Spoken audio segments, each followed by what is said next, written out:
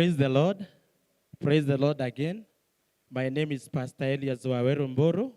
I'm saved. Jesus Christ is my Lord. I am a born-again Christian. Praise the name of the living God. Today, I want us to continue with the series that we have been having. Today, we are going to talk about salvation. And I would like to read from the word of Genesis chapter 1, verse 26, which says, and God said, let us create a man in our own image and in our own likeness, that he may have dominion over the fowls of the air, over the fish of the sea, and over every creature that creeps over the ground of the world. Praise the Lord. I would like to say that the original plan of God was that man may have dominion, that he may rule. As God himself is a ruler and his king, he wanted to extend his kingship, and he wanted to establish his kingdom here on earth. And that's why he created man, and he wanted man to have his own image and to have his own likeness. Praise the name of the living God. So when we are talking about salvation, first of all, I would like to say that when we are talking about salvation, we are talking about the plan of God of taking us back to the original plan that he had. We have said that God wanted man to rule here on earth as he is ruling in the heaven above. Praise the name of the living God. And that's why he created man in his own image. And when we look at Genesis 2, verse 7, we find that God formed man in the dust of the ground, and he formed him so that he may have that kingdom which he had in heaven, that he may rule down here on earth. Praise the name of the living God. So this man who is created, who has a body, he is created and he's put down here on earth that he may extend the kingdom that is in heaven. As we have seen that when God created man, he gave him dominion. He wanted him to rule. And that's why he formed him, that he may have a body, because God can only rule here on earth when there is a body, because we know God is spirit, and spirit cannot rule here. Praise the name of the living God. So this man who was created in Genesis 2, it is the same man who was created in Genesis 1, but this man has a body. But the first Adam who was created in Genesis chapter 1, verse 26, he was created in heaven and he was a spiritual man. Praise the name of Jesus. So when we are talking about salvation, we are talking of God now bringing man to the original plan that he had, so that this man may have dominion that he had when he created him. Praise the name of the living God. When we are talking about salvation or even redemption, the reason as to why we are talking of redemption, it is because this man who was created, if you read in Genesis chapter 2, and from verse 16, you will find that God gave Adam and Eve commandment that they may follow. And he told them that they may eat all the trees that were in the Garden of Eden. But the tree that bears the fruit of knowledge of good and evil, they were forbidden to eat. And when they ate those fruits, they disobeyed God, and that's where the fall of man came. Praise the name of the living God. So the word of God says that when you will eat the fruits of knowledge of evil, you will surely die. So this death that we are talking about, it is spiritual death. Praise the name of the living God. And this death that occurred, it is the one that separated man and God. And you'll find in Genesis chapter 3 from verse 6, where it says that, and when man found so that the fruit was good for food, it was pleasant for the eyes, and it was desirable to make one have knowledge of good and evil, they ate that fruit which they were forbidden to eat. And after they ate, the death that God has spoken of, it really happened. Praise the name of the living God. And we find that we don't see Adam dying physically. But as the word of God says that when they will eat, they shall surely die. We know that it really happened that Adam died. And the death that we are talking about, it is that spiritual death. And this spiritual death, it is the separation of man and God. Praise the name of God.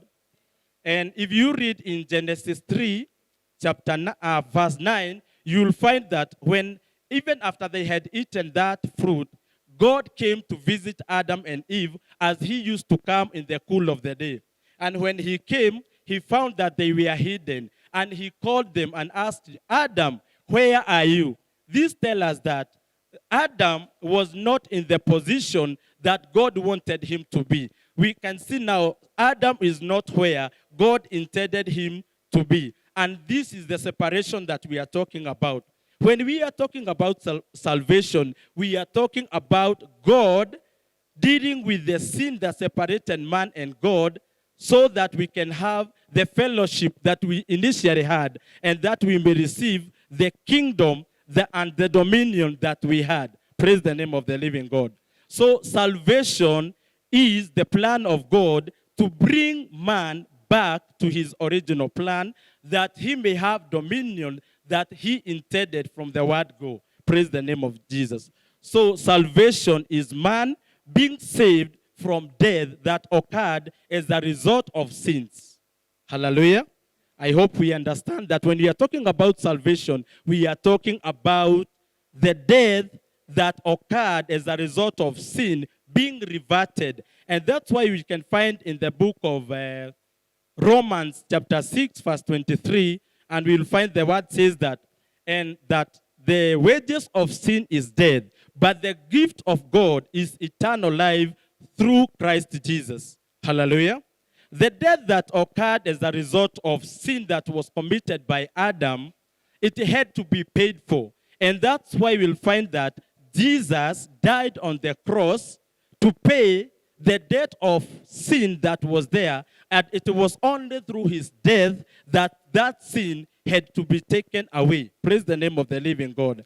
When we shall continue in the next session, I will talk about the sacrifice that was done so that sin can be dealt with. Praise the name of Jesus.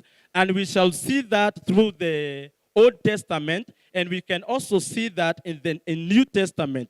Because if you read in the book of Hebrews 10, from verse 1, you'll find the word of God say that, and the old covenant, or the old covenant, was only a shadow of the real thing that was to come. So whatever is happening in the New Testament, we can find it in the Old Testament. So when we shall be looking at the process of forgiveness of sin, or how that sin was dealt with, we will look in the Old Testament and we'll also look in the New Testament. Praise the name of the living God. So salvation is man being brought back to the original position that God initially wanted him to be. Praise the name of the living God. And that's why we have talked about Genesis 1, verse 26, which says that when God was creating man, he said that let us create man in our own image, in our own likeness, that he may rule. Praise the name of the living God. So we are seeing that the purpose of God to create man, he was creating man that he may have dominion. And as we stand here as a church, we want, what we are supposed to know is that when we are talking about salvation, when we are confessing that, when we are confessing and professing that we are saved, we must understand that man originally had dominion. Praise the name of the living God. And this dominion is the one that we are going to take it back as because it was taken from us by Satan. Hallelujah. So death that separated man and God through sin. Hallelujah. Because it is sin that gave death the power to rule. Hallelujah. Because I want to take you back to Genesis 2, verse 16 and 17. When God said to Adam that if you eat the fruit of knowledge of good and evil, you shall surely die. So this death is this now separation. So it is sin, it is disobedience, it is distrust of Adam to the word of God that is giving death the power. Praise the name of Jesus. So when Christ died on the cross, what he did, he overcame the power of death that was as a result of sin. Praise the name of Jesus. So now that Jesus has died on the cross for us, and we profess that and we confess that, what we are supposed to know is that death has no power over us. Praise the name of Jesus. And also sin has no power over us. Praise the name of Jesus Christ. Because if you read in the book of Romans 6, verse 14, you will find that the word of God is saying that now sin has no dominion over us. We who are born again, sin does not have dominion. The sin does not have dominion because its power has been taken away by Jesus while he died on the cross. Hallelujah. And if you read in Romans chapter 8, verse 1, you'll find the word of God says that, therefore, there is no condemnation to those who are in Christ Jesus. Hallelujah. So now, as a church, as we stand, we are supposed to know that there is no condemnation that we can have. Why? Because the condemnation that was supposed to be ours, it was taken by Jesus Christ while he died on the cross. Hallelujah. So you cannot be condemned. I cannot be condemned because Jesus took away our condemnation. Praise the name of Jesus.